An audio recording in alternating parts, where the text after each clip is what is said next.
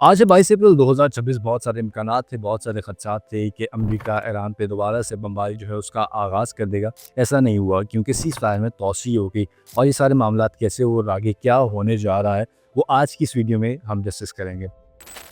अस्सलाम वालेकुम जी, this is me Ibrahim Mehdi and you are watching mainstream. आज है 22 अप्रैल 2026 और आज जो है वो डेडलाइन दी गई थी अमेरिका की जानिब से पाकिस्तानी वक्त सुबह 5 बजे तक कि अगर तो ईरान जो है वो अमेरिका की डिमांड्स नहीं मानता या मज़ाकरात जो है वो कामयाब नहीं होते तो अमेरिका जो है वो दोबारा से हमला करेगा और जिस तरह पहले कहा था कि वो सिविलाइजेशन जो है वो तबाह कर देगा। सिविलाइजेशन के अलावा जो है पावर हाउसेस जो हैं, ब्रिजेस जो हैं, उन पे अटैक किया जाएगा, उन पे हमला किया जाएगा और मुकम्मल तौर पे जो है वो एक सिविलाइजेशन को ख़त्म कर दिया जाएगा।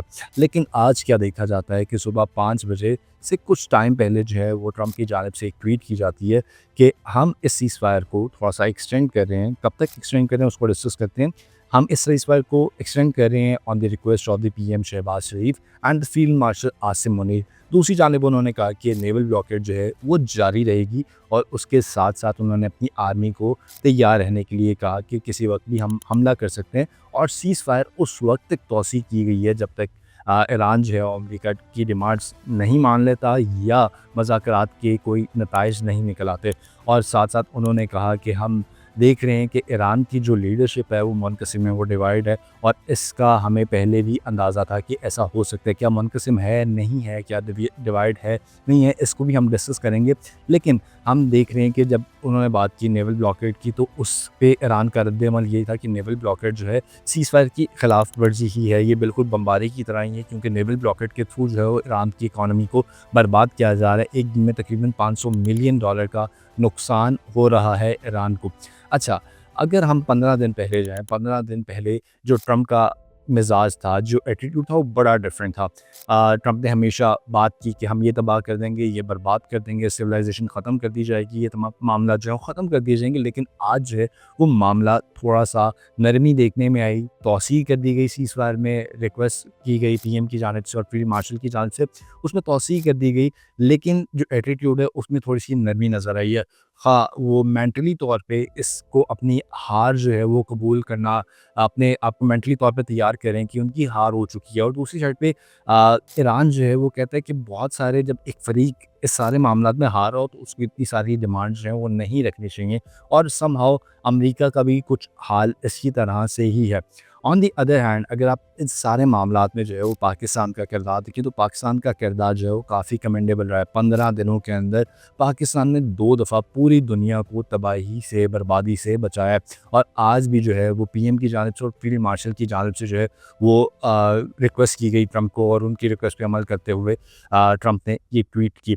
अच्छा, अब आप पाकिस्तान का रोल देखें as diplomat, as global peace maker. Pakistan का किरदार जो है वो काफ़ी ज़्यादा काबिल तहसीन है। ऑल्दो जो पाकिस्तान के अंदरूनी मामला चल रहे हैं, जो गैस नहीं आ रही, बिजली नहीं आ रही, उसके अलावा जो लॉकडाउन की वजह से कारोबार के मामलात हैं वो कितने ख़राब हैं, ये बिल्कुल एक अलग सा टॉपिक है। इस पे हम शायद डायरेक्शन हमारी चेंज हो जाए तो इस पे हम एक अलग से वीडियो ज़रूर बनाएंगे। लेकिन इंटरनेशनली जो पाकिस्तान का रोल रहा है एज़ अ डिप्लोमेट वो काफ़ी ज़्यादा बेहतर है। और ऑन द अदर हैंड अगर इंडिया को देखा जाए तो इन सारे मामलात में इंडिया की सफारतकारी नज़र ही नहीं आती। एक ऐसा मौका आ गया जब पाकिस्तान में दुनिया के फ़ैसले हो रहे हैं, ईरान के, अमेरिका के, और अमेरिका अपने मामलात के लिए जो है वो पाकिस्तान से मशवरा करे तो पाकिस्तान का रोल जो है वो बहुत ज़्यादा बेहतरीन रहा है। दूसरी जानिब अगर हम इस्लामाबाद में जो राउंड 2 होना था, उसके मामलात देखें, राउंड 1 को अगर थोड़ा-सा डिस्कस कर लें तो जब जेडी वैंस जाने लगे थे तो उन्होंने कहा कि हमारे मज़ाकरात जो हैं उसका कोई नतीजा नहीं निकला क्योंकि ईरान ने हमारी डिमांड मानने से इनकार कर दिया और एंड पे जाते हुए उन्होंने कहा कि अब बॉल जो है वो ईरान की कोर्ट में है। जिससे ज़ाहिर होता है कि ये मज़ाकरात तो जारी रहेंगे। लेकिन उस टाइम पे आइडिया नहीं था कि ये मज़ाकरात कहाँ होंगे। ज़्यादा जो अंदाज़ा लगाया जा रहा था वो यही था कि यूरोप के किसी मुल्क में होंगे। लेकिन आफ्टर द ट्रंप स्टेटमेंट जब उन्होंने अपने एक सहाफ़ी को कहा कि आप पाकिस्तान में ही रहिए, हो सकता है कि 48 घंटों में एक बहुत बड़ी खबर आए या राउंड 2 भी जो है वो इस्लामाबाद में हो, तो उन्होंने एक तरह से कंफर्म कर दिया कि राउंड 2 भी होने जा रहा है और इस्लामाबाद में ही होने जा रहा है। अब ट्रंप की जानिब से बहुत दफ़ा जो है वो स्टेटमेंट्स आई हैं कि इस हफ्ते में जो है वो अमेरिकन डेलीगेशन जो है वो पाकिस्तान के लिए रवाना हो जाएगा। और पिछले चंद घंटों में उन्होंने ये भी कहा कि जेडी वैंस जो है वो अब निकल जाएंगे, अब तैयार उनका रवाना हो जाएगा। तो आई डोंट नो इसमें ताख़ीर क्यों है? ताख़ीर की एक वजह ईरान भी है, लेकिन उसको भी हम डिस्कस करेंगे। लेकिन उन्होंने, अब जब आप ये वीडियो देख रहे हो सकता है कि जेडी वैंस का डिपार्चर हो चुका हो पाकिस्तान के लिए अमेरिका से। ऑन दी अदर हैंड कि ताख़ीर क्यों हो रही है? क्योंकि ईरान की पोजीशन जो है वो कंफर्म नहीं है। ईरान ने अपने एक ट्वीट में कहा कि ईरान सेकंड राउंड के लिए वो नहीं आएगा Islamabad due to the excess demand by the America. अब उसमें ये था कि अपना न्यूक्लियर प्रोग्राम ख़त्म किया जाए, जो यूरेनियम की इन्रिचमेंट है उसको ख़त्म किया जाए, उसके साथ साथ स्ट्रेट ऑफ हॉर्मुज़ पे जो है वो अपना कंट्रोल जो है टोटली ख़त्म किया जाए। तो ईरान ने कहा कि ये मामला जो है वो मानने वाले नहीं है। लेकिन ऑन द अदर हैंड बाहर जो तमाम मामला चल रहे हैं ईरान के, वो तो सबके सामने हैं, लेकिन अंदरूनी मामलात भी जो है वो ईरान के अंदर चल रहे हैं। ईरान के 2 ग्रुप्स बन चुके हैं इस वक्त। मॉडरेट्स का जो आपने देखा कि टॉप लीडरशिप है, और दूसरा IRGC का। ईरान का एक सिस्टम ये है कि जब आपकी टॉप लीडरशिप ख़त्म हो जाती है तो आर्मी मुल्क का कंट्रोल ले लेती है, और आर्मी जब मुल्क का कंट्रोल लेती है तो उसका नुकसान ये होता है कि ऊपर से जो भी ऑर्डर्स आते हैं वो तमाम माने नहीं जाते। तो इस वक्त जो है 2 ग्रुप्स बन चुके हैं। IRGC चाहता है कि इस जंग को ना रोका जाए, और मॉडरेट्स चाहते हैं कि इसमें भी एस्केलेशन होनी चाहिए। इवन दो वो चाहते हैं कि न्यूक्लियर प्रोग्राम पे अगर कैप लगाना पड़े, यूरेनियम इन्वेस्टमेंट जो है वो कम की जाए, तो इस पे भी मॉडरेट्स राज़ी हैं, जबकि IRGC जो है वो इस पे राज़ी नहीं है। वो चाहते हैं कि न्यूक्लियर प्रोग्राम जो है उसको कंटिन्यू किया जाए, क्योंकि इन फ्यूचर हो सकता है कि अमेरिका हमें ब्लैकमेल करे या अमेरिका हमें धोखा दे दे। तो इस वक्त जो है 2 ग्रुप्स जो है वो बिल्कुल एक दूसरे के आमने सामने है, जिसकी वजह से कन्फ्यूजन है कि वो इधर आते हैं नहीं आते। अच्छा, अब 95% जो मज़ाकरात हैं या जो मामलात हैं वो यही है कि जो ईरान है वो इधर आएगा। 5% जो है इस वजह से कि अगर IRGC जो है वो पूरे मुल्क पे कंट्रोल ले लेती है और जो पॉलिटिकल लीडरशिप है उसको ओहदे से हटा देती है, तो ये मुज़ाकरात ना होने लगे और फिर ना कामयाब ज़रूर होंगे। लेकिन ऐसा चांस जो है उससे 5% और आपको बताया इसीलिए गया क्योंकि ये भी चांस हो सकते हैं, लेकिन उसके खदशात, उसके इम्कानात जो हैं वो बहुत ज़्यादा कम है। तो उम्मीद यही की जा रही है कि अगले आने वाले चंद दिनों में या चंद घंटों में जो है ईरान अपने आने का कंफर्म कर देगा। ये मैं ऐसा क्यों कह रहा हूँ क्योंकि इस्लामाबाद की जो अगर तैयारी देखी जाए, इस्लामाबाद में टोटली आपका शहर जो बंद कर दिया गया, लॉकडाउन लगा दिया गया है। 30,000 सिक्योरिटी पर्सोनल जो है वहाँ पे डिप्लॉय कर दिए गए हैं। C-17 जो है वो नूर खान एयरबेस पे आ चुके हैं। और ऐसा नहीं होता कि जब आपके मीटिंग होनी हो तो 2 डेलीगेशन से एक डेलीगेशन आ जाए और दूसरे का इंतज़ार कर रहे हों जी कि आप कब आएँगे, हम आपका वेट करें। ऐसा नहीं होता। वो डेलीगेशंस हैं वो मीडिएटर के साथ जो है वो कॉन्टैक्ट में होते हैं, और ये चीज़ सिग्निफ़ाई करती है कि सीज़फायर जो है वो होने जा रहे हैं। इन फ्यूचर जो है ये डेट भी कन्फर्म हो जाएगी कि दोनों डेलीगेशंस जो हैं वो कब तक आते हैं। हालाँकि ऑन दी अदर हैंड ये कन्फर्म है कि मुज़ाकरात होंगे और इस्लामाबाद में होंगे, लेकिन ये कन्फर्म नहीं है कि कब हो सकते हैं।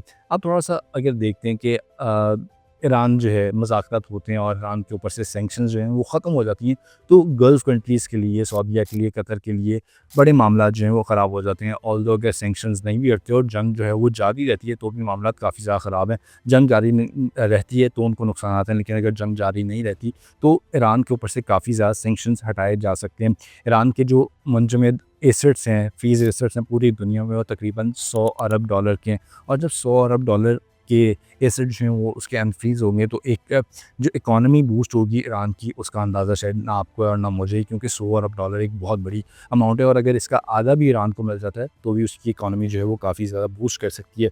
दूसरी साइड पे अगर देखा जाए तो ईरान जो है वो per day 40 million barrel oil जो है वो सप्लाई कर सकता है, और अगर वो इतना ह्यूज अमाउंट में सप्लाई देगा तो मार्केट में ऑयल की कीमत कम हो जाएगी, और अगर ये कीमत कम होती है तो बाकी गल्फ़ कंट्रीज़ की जो कह लें कि इकॉनमी है वो बहुत ज़्यादा इफ़ेक्ट होगी। तो अगर सैंक्शंस हटती हैं, नहीं हटती, तो ये मामला जो है वो गल्फ़ कंट्रीज़ के लिए बहुत ज़्यादा ऑफ हो जाते हैं। लेकिन उम्मीद ये की जा रही है कि आने वाले दिनों में जो है वो मज़ीद जो है सीज़फायर जिस तरह एक्सटेंड हो गई, मज़ाकरात होंगे, सेकंड राउंड होगा, इस्लामाबाद में होगा, और जिस तरह पहले हमने बात की थी कि पहले राउंड में कुछ भी डिसाइड नहीं हुआ, लेकिन ऐसा मुमकिन नहीं है कि दूसरे राउंड में कुछ भी ना डिसाइड हो। कुछ-कुछ डिसाइड हो सकता है, कुछ-कुछ मामलात पे जो है वो डिस्कशंस हो सकती हैं। और इसके अलावा अगर बात की जाए ये मॉडरेटर्स की, तो उनका रुझान भी इस साइड पे है कि वो अपने न्यूक्लियर प्रोग्राम को कैप लगा सकते हैं ईरानियन इकॉनमी को बूस्ट करने के लिए, और इसके अलावा वो अपनी यूरेनियम इन्वेस्टमेंट जो है उसको भी कम कर सकते हैं ईरानी इकॉनमी के लिए। तो ये सारे मामला जो हैं वो आने वाले दिनों में नज़र आ रहे हैं कि मामला जो हैं वो बेहतरी की जानिब आ रहे हैं, और बेहतर हो सकते हैं सारे मामला। जस्ट एक one more meeting, one more talk, ज़ाहिर है 40 साल के मामला जो है, 40 साल का मिसट्रस्ट जो है वो बिल्डअप हुआ हुआ है ईरान और अमेरिका के दरमियान। तो अगर आप सोचते हैं या समझते हैं कि 40 दिन या 45 दिन के अंदर ये ट्रस्ट जो है एक बिल्डअप हो सकता है, तो ऐसा मुमकिन नहीं है। कुछ कंडीशंस ईरान अपनी रखिएगा, कुछ अमेरिका अपनी रखिएगा, लेकिन उम्मीद की जा रही है कि सब कुछ नहीं, कुछ-कुछ ज़रूर इसमें डिसाइड कर लिया जाएगा। अगर तो आपको ये वीडियो अच्छी लगी, लाइक करें, शेयर करें, सब्सक्राइब करें और अगली वीडियो के लिए मुझे इजाज़त दें। अल्लाह हाफ़िज़।